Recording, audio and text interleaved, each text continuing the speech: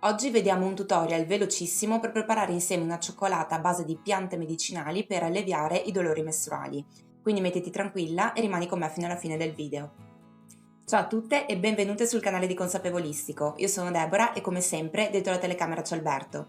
Prima di passare al video vi ricordo di iscrivervi al canale se ancora non l'avete fatto, di seguirci anche sui nostri social Instagram e Facebook e di visitare il nostro sito www.consapevolistico.com per tantissimi consigli e ricette di benessere e bellezza naturale.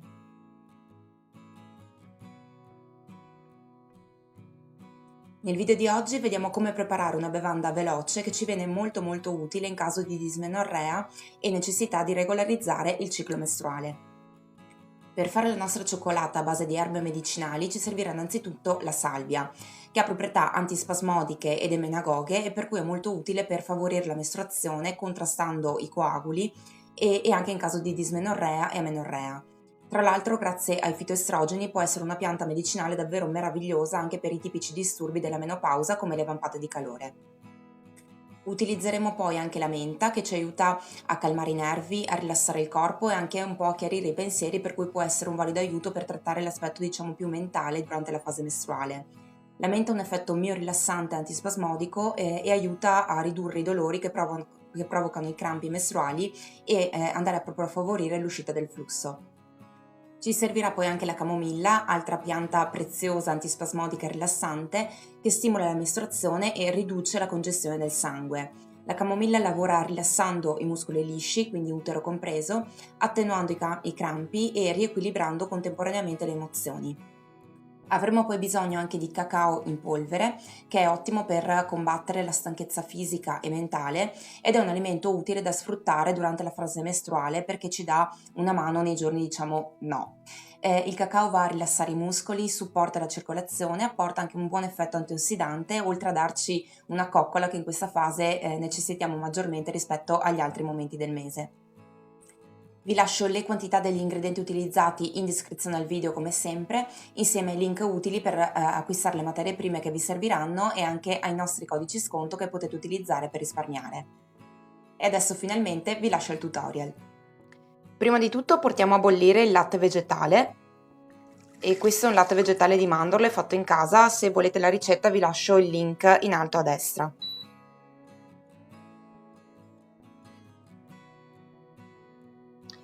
Quando il latte bolle, spegniamo il fuoco e andiamo a versarlo sul nostro mix di piante.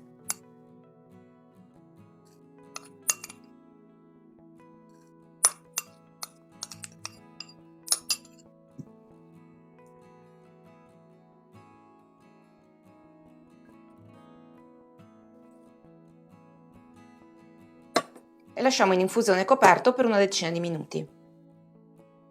Passati 10 minuti di infusione andiamo a filtrare.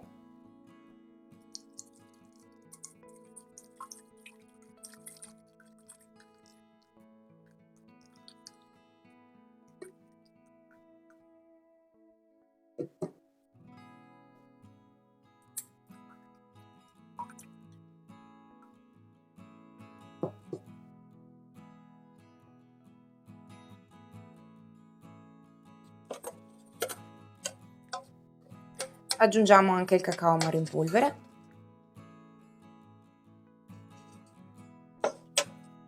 e mescoliamo bene per amalgamare.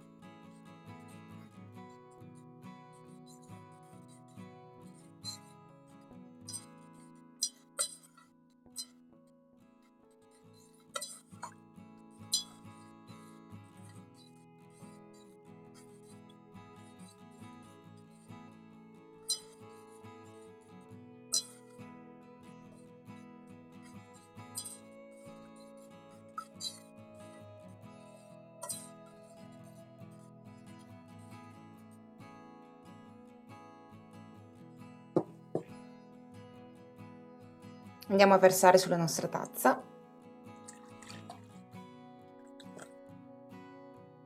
e se vogliamo andiamo a spolverare con un pochino di cannella in polvere e se vogliamo dolcificare aspettiamo che la temperatura scenda un pochino e usiamo un cucchiaino di miele e la nostra bevanda è pronta.